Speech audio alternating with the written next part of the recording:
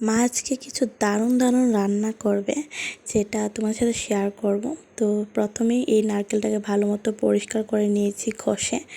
তো এখন ভাই এদিকে নারকেলটা ভেঙে নিয়েছে, এদিকে কোড়াবে।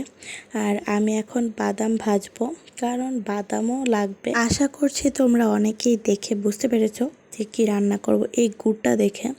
তো আজকে গুড় দিয়ে রান্না হবে হচ্ছে মুড়ির মোয়া, চিড়ার লাড্ডু, আর হবে বাদামের লাড্ডু, সাথে নারকেলের নাড়ু। তো এগুলো সবই বানানো হবে একে একে। তো এখন প্রথমেই মুড়ির মোয়াটা বানানো হচ্ছে। এই মুড়ির মোয়া লাড্ডু বানানো দেখে তো আমার পুরো লক্ষ্মী পুজোর কথা মনে পড়েছে। কারণ লক্ষ্মী পুজোর সময় তো প্রায় অনেকের বাড়িতেই এরকম হয়, আমাদের বাড়িতেও হয়।